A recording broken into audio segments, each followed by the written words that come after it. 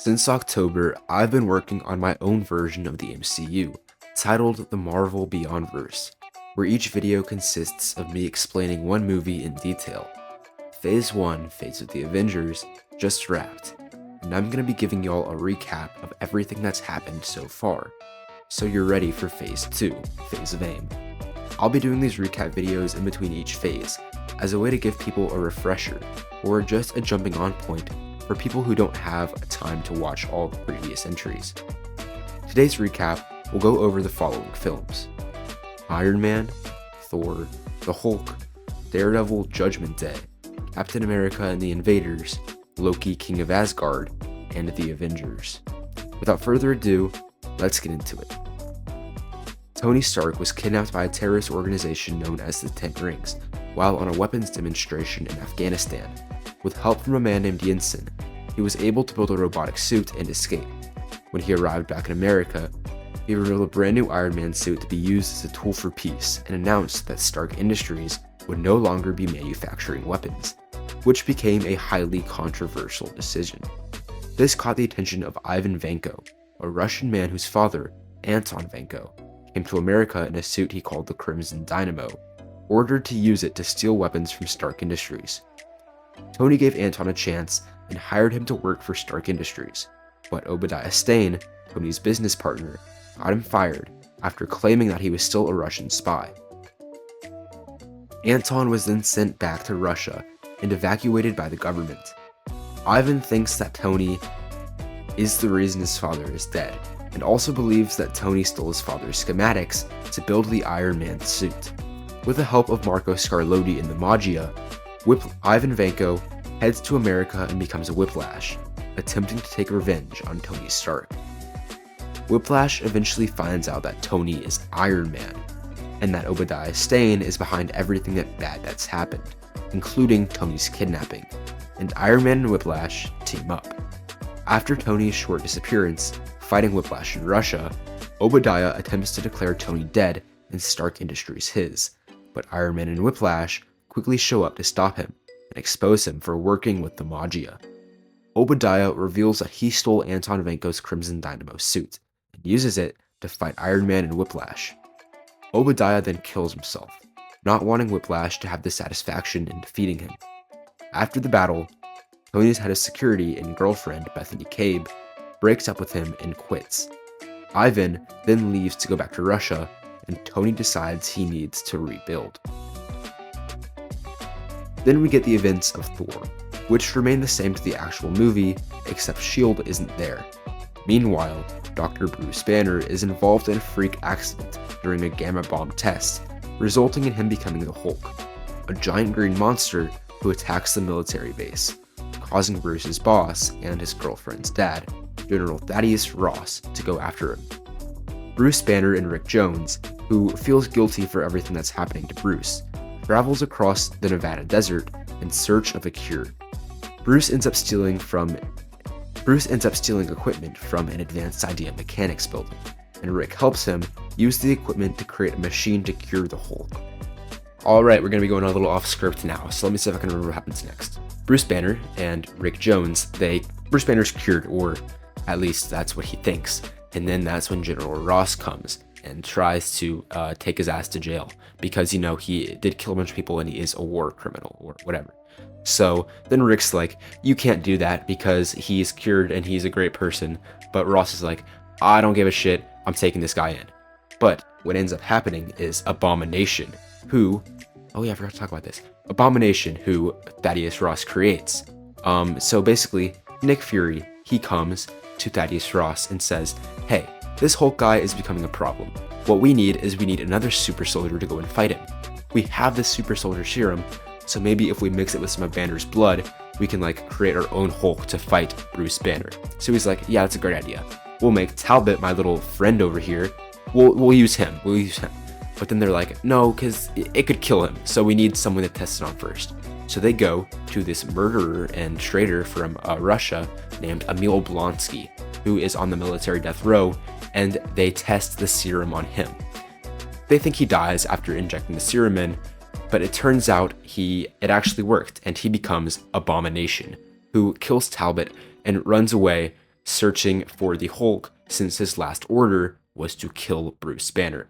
So Abomination's running amok, and then he ends up going to Las Vegas. And what did he do in I don't know. I think he was just causing destruction in Las Vegas. So Nick Fury, he's like, this is wrong. What did I do? He's like, okay, I think we're gonna need the Hulk. So General Ross is like, okay, I got Bruce Banner right here. We'll fire him up. He'll go down there. He's not the Hulk anymore, but he has this cure. He has this machine that he thinks can cure Abomination. So he goes down to the streets of Las Vegas, which has been evacuated, and he tries to use the machine on Abomination. It doesn't work though, and Hulk gets smashed, or Bruce Banner gets smashed. That sounds weird, but yeah, Bruce Banner gets like flipped to the side. He's like, Abomination's like, yeah, I'm gonna kill you, and I'm gonna kill everyone you love. You know, all the villain shit. And then Bruce Banner's like, that makes me angry, so he becomes the Hulk again. It turns out the cure didn't work, so he's the Hulk. Hulk and Abomination, they have a fight throughout Las Vegas, and Hulk ends up winning. Hulk wins, and Abomination is taken in by the military, and Hulk escapes. Rick Jones doesn't. Rick Jones gets locked up because he's not very fast, I guess. And then meanwhile, in Hell's Kitchen, New York, we got Matt Murdock. He's a blind lawyer guy. He's pretty sick. So basically, he has these superpowers where all his other senses are heightened, and he can do like a bunch of cool tricks in the air even though he's blind. And he's also a really good lawyer. So Matt Murdock, he goes and he visits this family every so often, delivers them groceries, checks up on them in his like all black suit, and he's like, he checks in on this family because long ago he had a father, and his father was a boxer, and after Matt became blind, his father was trying to pay for a treatment for him, but he was kind of down on his luck. He wasn't getting very many fights, so he went to this guy named Roscoe Sweeney, aka the Fixer. Now the Fixer, he promised Matt's dad, battling Jack Murdock, he promised him that he would make him prominent again. So he made him sign this contract, and basically Jack's career was in the Fixer's hands. So when the Fixer wanted Jack to take a dive at one of his boxing matches, Jack didn't want to because Matt was in the crowd and he didn't want to show his boy like that he was a loser, I guess. So he won the match, and then the Fixer got mad at him, so the Fixer killed him. So that's when Matt realized that he had powers, and he went after the Fixer since, the cops were corrupt and he had to take justice into his own hands. So he went and he killed the Fixer, which he ended up feeling very guilty about since he is a Catholic man and he's very religious and believes that he shouldn't be taking others' lives and that judgment is in God's hands and not his. So he starts going to confessions, he goes to church more often, and then he decides to become a lawyer to fix the law from inside.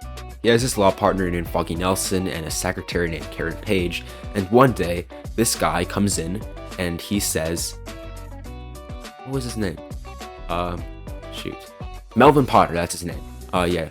He says that he was framed for mass murder because he says this guy came in dressed in all black and killed a bunch of people around his apartment building, and he was blamed for it. So Melvin Potter says he was blamed because he used to be this criminal named the Gladiator. And so he goes to Matt and he's like, I need your help. I need you to be my lawyer. I need you to represent me. So Matt takes the case pro bono, and he and Foggy investigate what's going on. And eventually, Matt comes across Bullseye, who is the killer. And Bullseye is a killer for hire. He has no allegiance. He just works for whoever pays more. And he is this really good assassin, and he can use anything as a weapon. So Matt gets his ass kicked by Bullseye. And then Melvin, he finds Matt, and he introduces him. He takes him to his costume shop. And then Melvin makes Matt a costume because he finds out his secret identity and stuff, finds out his lawyer is a powered vigilante, makes him a costume, and Matt becomes Daredevil. So Matt does his Daredevil stuff, and then he comes across, and then Foggy, he goes back to his law firm.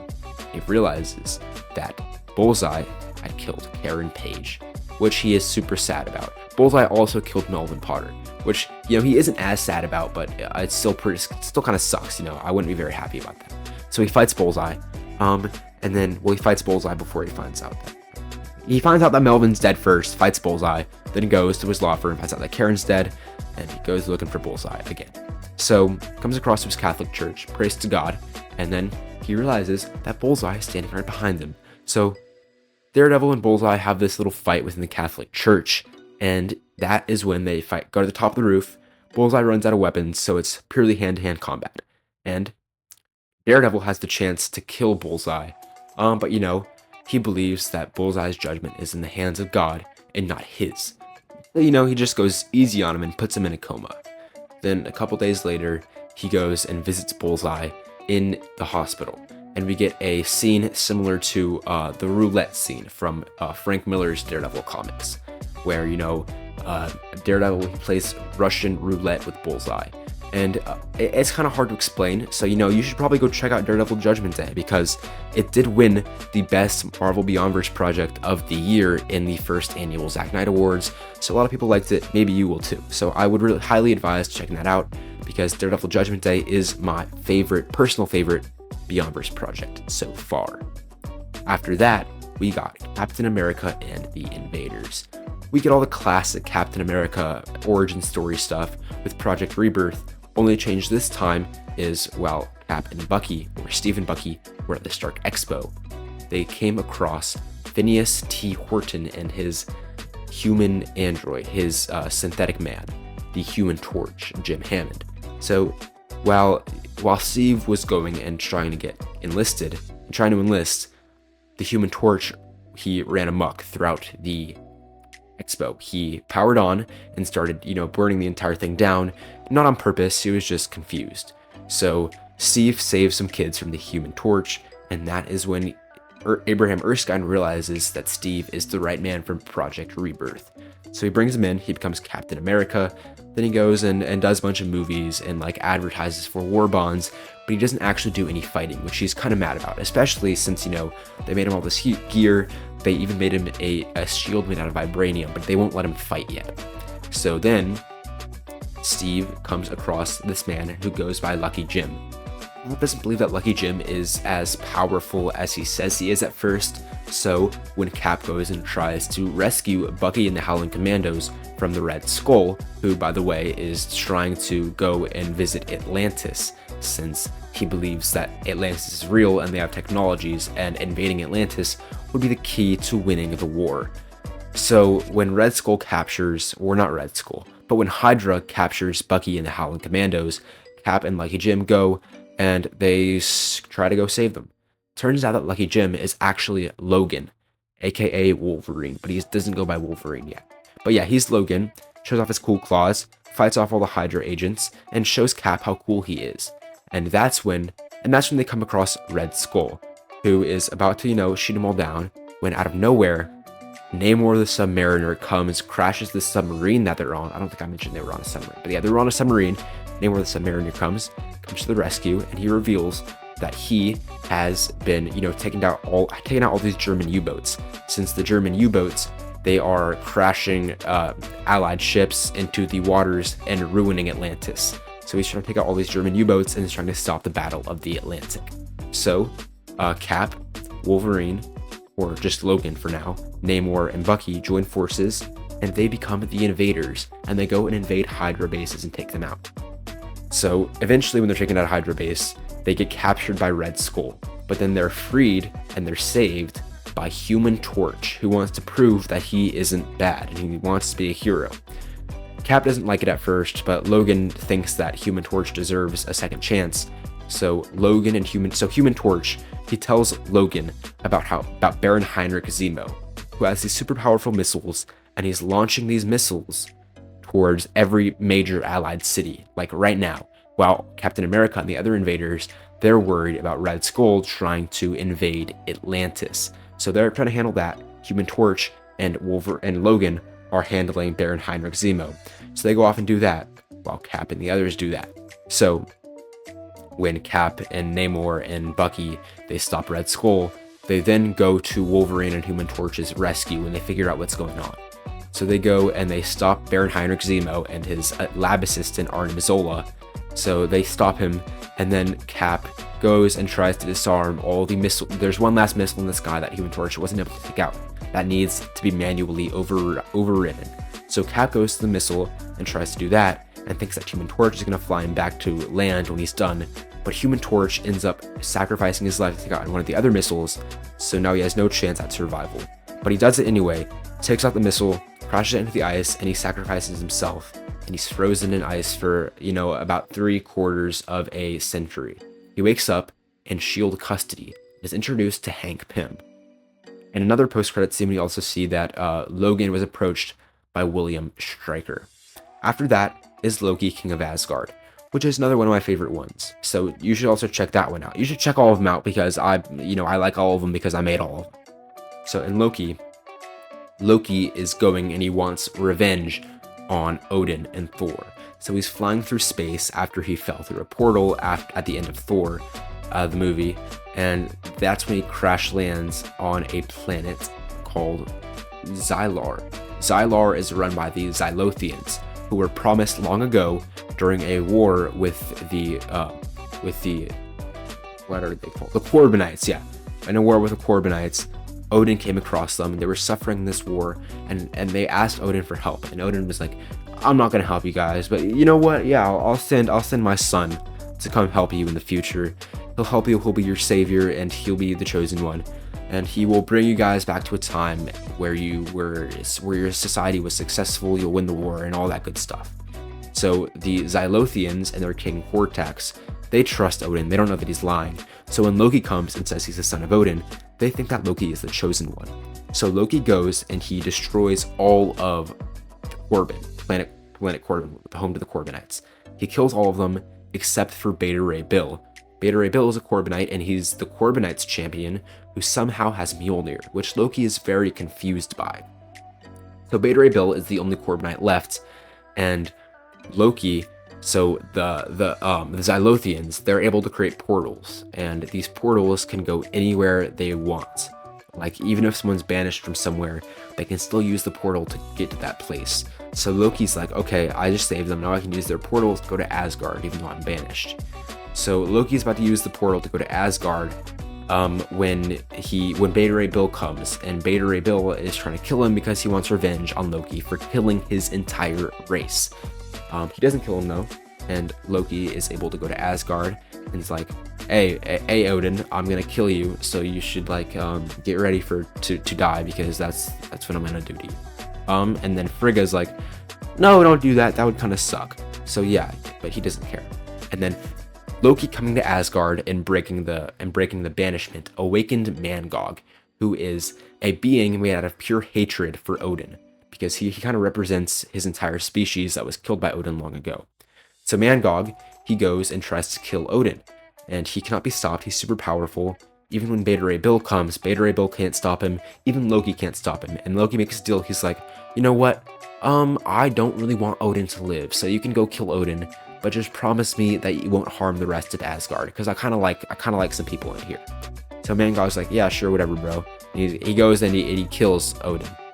So Mangog kills Odin, and Loki, he's like, sucks dad, and he's like, hey Asgard, I'm your new king now. So Loki becomes the king of Asgard. And that brings us to the final project of Phase 1, the Avengers. Oh boy, where do I start with this one? So Thor, he was battling Malekith while the events of Loki, King of Asgard, were going down. And so when Beta Ray Bill tells him that Loki is the new King of Asgard and that Odin's dead, he's pretty bummed out, But meanwhile on Earth, all the heroes are, especially, Iron Man, he's trying to find Hulk and bring Hulk in, because Hulk is kind of like the main enemy number 1 of Earth right now, especially on S.H.I.E.L.D.'s most wanted list. So they're trying to take out Hulk, and then Tony even creates his Hulkbuster armor to take him out. So they go, Hulk runs amok, and then Loki comes to Earth because he's like, I don't want to go to Earth, but I need Thor dead. So I need like a villain on Earth to be brainwashed, and I need Thor to go and fight this villain so that the villain kills Thor. So Loki goes to Earth, he finds Hulk, he brainwashes him to make him seem a lot worse than he is, and he thinks that will cause Thor to go and fight him and die at Hulk's hands. But really what happens is the other heroes of Earth, Nick Fury and Maria Hill, they realize that Hulk's doing this, so they send the other heroes to go fight Hulk in this Hungarian village. So the other heroes, Captain America, Ant-Man, the Wasp, they go fight Hulk in this Hungarian village. And then Iron Man comes in his new Hulkbuster armor. There's a sick fight. The two fight each other. And then Thor comes. He's like, guys, don't fight this guy. It's all a trick by my brother Loki. He's being a little silly goose. So just, he's the real villain. So they meet up in this abandoned church, and they're like, all right, we need to stop this Loki guy. So they make their plans, and they try to stop Loki. But when Loki comes, they lose miserably to him. Loki even kills Maria Hill. So they're like, how the hell are we gonna defeat this guy? He has like magical, and he is like everyone. He's pretty cool. Looks like we can't defeat him. And then Wasp is like, guys, we can defeat him because we're gonna avenge, and we're the Avengers, and we need to get this name drop in because that's the name of the team. So yeah. So then Loki comes back with the entire Asgardian army, and their plan is to invade Earth. But the Avengers, they come and they stop him. So the Avengers stop Loki. Loki disappears. Thor becomes the new king of Asgard. Everything seems good again, and Thor sends the Asgardians back to Asgard. That's pretty much all the meat and potatoes of Phase 1 phase of the Avengers. But guys, I think you obviously know that it isn't as enjoyable just watching these recap videos. So if you want to get the full story and the full experience of the Marvel Beyondverse, I would highly suggest going and checking out those videos because I put a lot of time and effort into those, so I would really appreciate it if you guys went and check those out. Also, if you want to get updates on the Beyondverse early and learn some more about it and have a place to talk with people about it, then you can go and check out my Discord in the description below. But this was a pretty long video because I was rambling for most of it, and it was one of my first unscripted videos in a while, so sorry about the runtime, but yeah. That's about all for today's video. Hope you guys enjoyed, and peace out.